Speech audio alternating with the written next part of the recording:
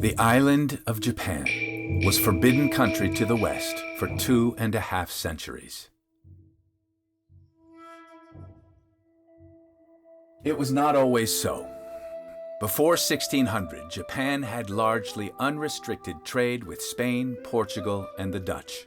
But after Spain's colonization of the Philippines and the conversion to Catholicism of many Japanese by Portuguese and Spanish missionaries, and a rebellion by Catholic peasants in the 1630s, convinced the shogun that foreign influences were a threat to his power.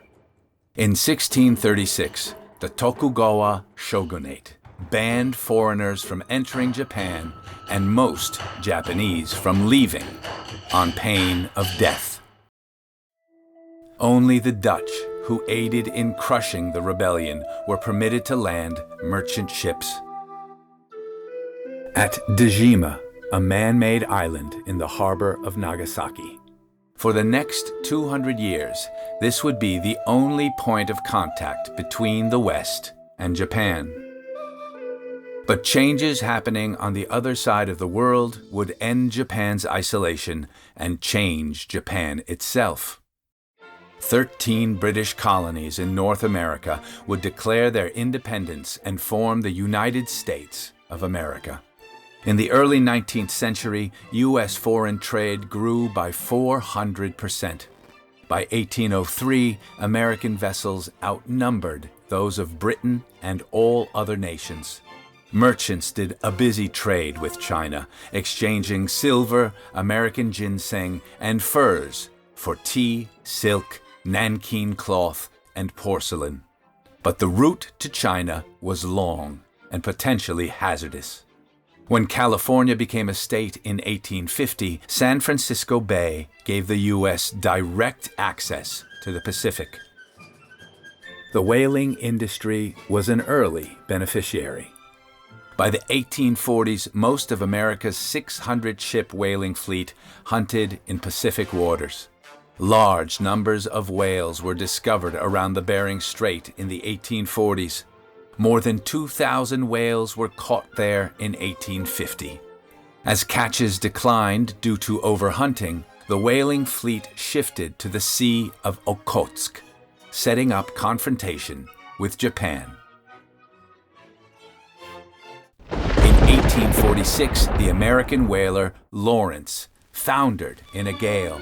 7 shipwrecked survivors landed on the Kuril Islands.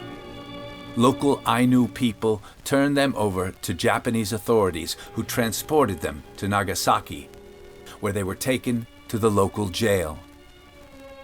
After 17 months of captivity, they were put on a Dutch ship and finally returned to the U.S.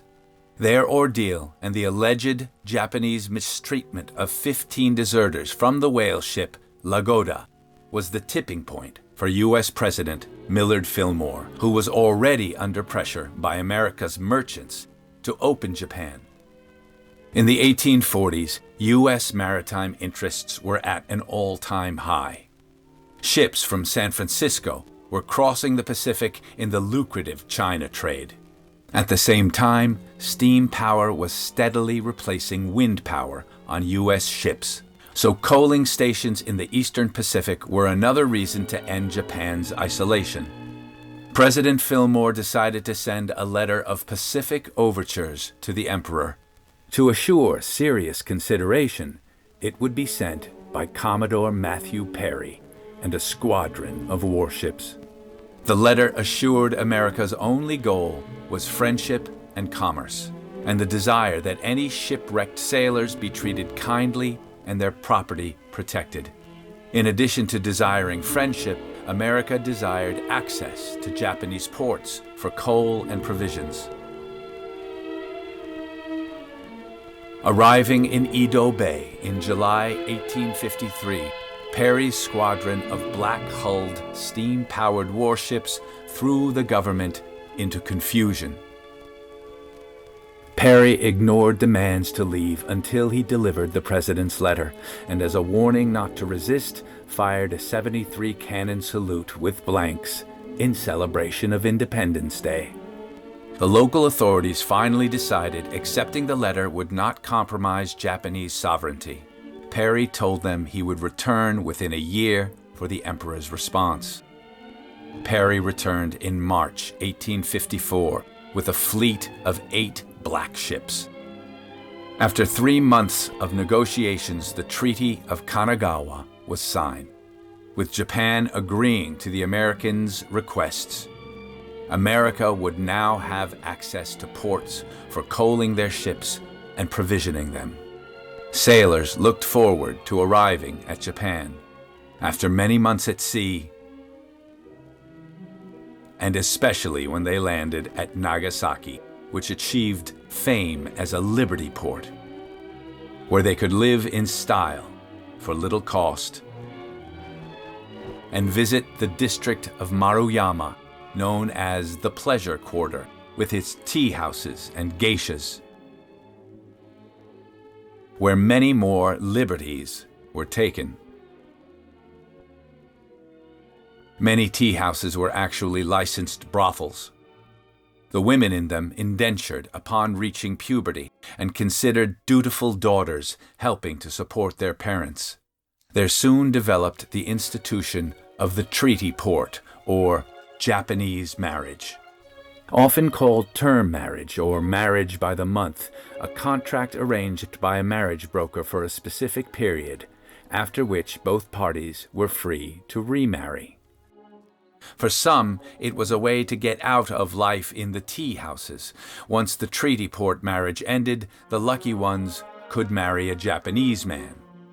This was the world of Cho-san, a tea house girl befriended by a missionary's wife, whose story formed the basis for Giacomo Puccini's opera.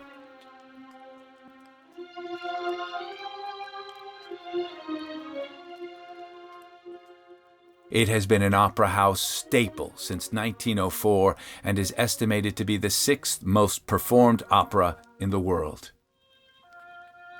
But it was Pacific Opera Project who created a version of the opera as it really would have happened, featuring a new libretto, with the Japanese characters singing in Japanese, the American characters singing in English, and the Japanese characters played by Japanese.